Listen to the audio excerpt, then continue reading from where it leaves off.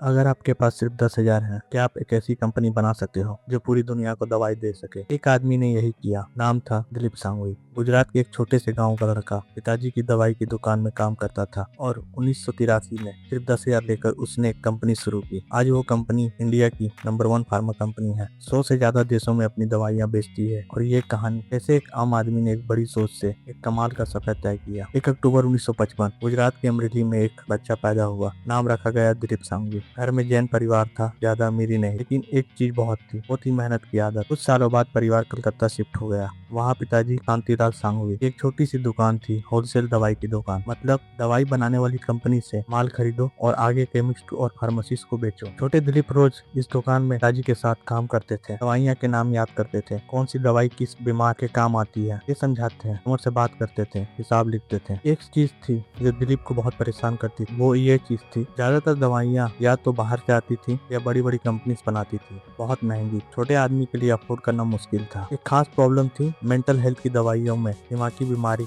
लोगों के लिए, यानी जो डिप्रेशन, एंजाइटी या मानसिक तकलीफ में है, उनके लिए अच्छी और सस्ती दवाई बहुत कम थी। यही बात दिलीप के मन में बैठ गई और यही बात आगे एक बड़ी कंपनी की नींव बनी। पढ़ाई की बात करें तो दिलीप ने कलकत्ता यूनिवर्सिटी से कॉमर्स में ग्रेजुएशन किया। कोई फैंसी डिग्री नहीं, कोई बड़ी यूनिवर्सिटी नहीं, बस एक सिंपल बीकॉम और एक बड़ी सोच। कुछ साल बाद दवाई की दुकान को अंदर से समझने, मार्केट को समझा, डॉक्टर को समझा, पेशेंट को समझा और फिर एक दिन 28 साल की उम्र में दिलीप ने सोचा। साल था 1983। इंडिया में भी ज्यादातर चीजें सरकारी या बड़ी कंपनीज के हाथ में थी। एक छोटा आदमी कंपनी खोलना चाहता है, ये सोचना भी बड़ी बात थी।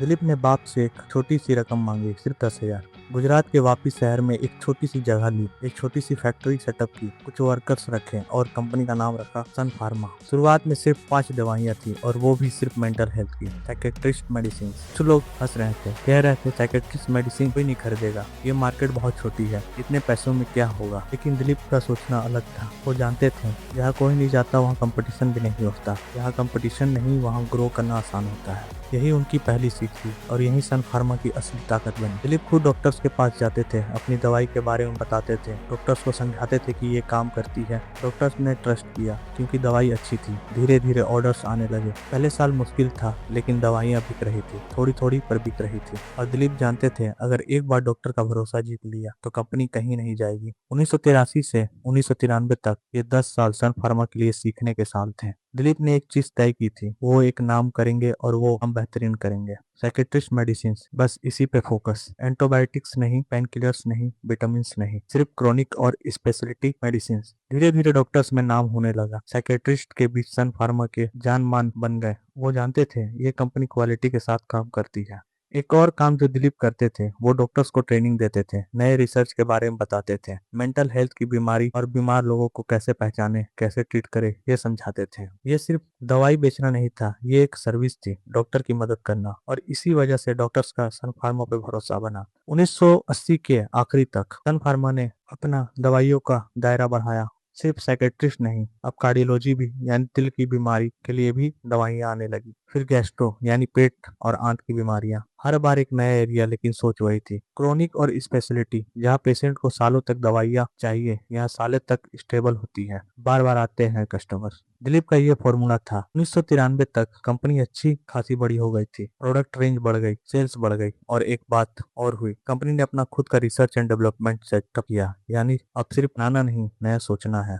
1991 इंडिया के लिए एक बहुत बड़ा साल। सरकार ने इकोनॉमी खोली, फॉरेन कंपनीज इंडिया आने लगी, कंपटीशन बढ़ा, लेकिन अपॉर्चुनिटीज भी बढ़ी। दिलीप ने देखा अभी अगर सन फार्मा बढ़ेगा नहीं तो पीछे रह जाएगा, तो एक बड़ा डिसीजन लिया गया। 1994 में सन फार्मा स्टॉक मार्केट में लिस्टेड हुई, आईपीओ आया, पब्लिक ने पैसा लगाया और कंपनी के पास अब ज्यादा कैपिटल आ गई, यानी अब और बढ़ सकते हैं। ये एक बड़ा कदम था क्योंकि इससे पहले तो सब दिलीप और उनके परिवार ने मैनेज किया था। अब पब्लिक भी साथ थी, अब ज्यादा जिम्मेदारी थी, लेकिन ज्यादा पावर भी थी। 1990 के बीच में सन फार्मा का नाम इंडिया के टॉप फार्मा कंपनीज में आने लगा। दवाइयां अब सिर्फ गुजरात या मुंबई में नहीं बिक रही थी, पूरे इंडिया में छोटे शहरों, गांव, हॉस्पिटल सन फार्मा की दवाइयां पहुंची। और एक नया सपना आंख में था, इंडिया से बाहर जाना, दुनिया को दवाई देना। तब आया पहला इंटरनेशनल कदम। साल 1997 अमेरिका में एक कंपनी थी, कराको फार्मास्यूटिकल, डेट्रॉइट मिशिगन में। छोटी सी कंपनी थी, स्ट्रगल में। ज्यादातर लोग कहते हैं इसको मत खरीदो, रिस्क है, लेकिन दिलीप सांघवी ने देखा अमेरिका का दरवाजा खोलने का यही मौका है। सन फार्मा ने कराको को खरीदा ये इंडिया की किसी फार्मा कंपनी का पहला बड़ा इंटरनेशनल कदम था। दिलीप का यही फॉर्मूला था। वो कंपनी खरीदता था जो स्ट्रगल में है, जहाँ कोई नहीं जाता, फिर अपनी मेहनत और प्रोसेस से उसे ठीक करते हैं। अमेरिका का जेनरिक ड्रग मार्केट बहुत बड़ा था, लेकिन वहाँ रूल्स भी बहुत सख्त थे। एफडीए के फेडरल ड्रग एडमिनिस्ट्रेशन जो इंश्योर करता है कि दवाई सेफ है। सन फार्मा ने कराको के थ्रू अमेरिका में दवाइयां बेचना शुरू किया। धीरे धीरे यूएस मार्केट समझा, यूएस डॉक्टर रूल्स और पेशेंट्स को समझा। फिर आया एक और बड़ा कदम। इसराइल में एक कंपनी थी, टारो फार्मास्यूटिकल। ये कंपनी स्किन की दवाइयां में एक्सपर्ट थी, यानी क्रीम्स, जेल्स। ये एक ऐसा एरिया था जहां सन फार्मा आना चाहता था, लेकिन टारो को खरीदना आसान नहीं था। 3 साल लगी टक्कर, लीगल बैटल्स, नेगोशिएशन, प्रेशर, लेकिन आखिर में 2010 में सन फार्मा ने टारो को अपना कर लिया। और इसके बाद क्या हुआ? यूएस रेवेन्यू $1 बिलियन प्लस था। ये एक चीज प्रूव कर गई, दिलीप की स्ट्रेटेजी काम करती है। खरीदो, इंटीग्रेट करो, ग्रो करो। साल 2014, इंडिया की फार्मा दुनिया में एक हिला देने वाली खबर आई। पेनबेक्सी लेबोरेटरीज, एक तो वक्त इंडिया की सबसे बड़ी और मशहूर फार्मा कंपनी, वो कंपनी मुश्किल में थी। अमेरिका की एफडीए ने उन पे कड़ी कार्रवाई की थी। कुछ उनकी फैक्ट्रीज में क्वालिटी इश्यूज आई थी। जापान की कंपनी डाइची सांकियो ने रेनबैक्सी खरीदा था, पर अब वो बेचना चाहती थी। सब डर रहे थे रेनबैक्सी से, कह रहे थे ये सोना नहीं है, आग है। लेकिन दिलीप सांघवी ने फिर वही किया जो हमेशा करते हैं। उन्होंने देखा अंदर से कंपनी अच्छी है, बस प्रॉब्लम ठीक करनी है। 2014-15 में सन फार्मा ने रेनबैक्सी को $3.2 बिलियन में खरीदा। ये इंडिया की फार्मा हिस्ट्री का सबसे बड़ा डील था, $3.2 बिलियन। और इसके बाद सन फार्मा बन गई इंडिया की नंबर 1 फार्मास्यूटिकल कंपनी, दुनिया की 5th largest generic drug company. ये वो मोमेंट था जब एक छोटे से गांव का लड़का जो सिर्फ 10,000 लेकर चला था, इंडिया की सबसे बड़ी कंपनी का मालिक बन गया।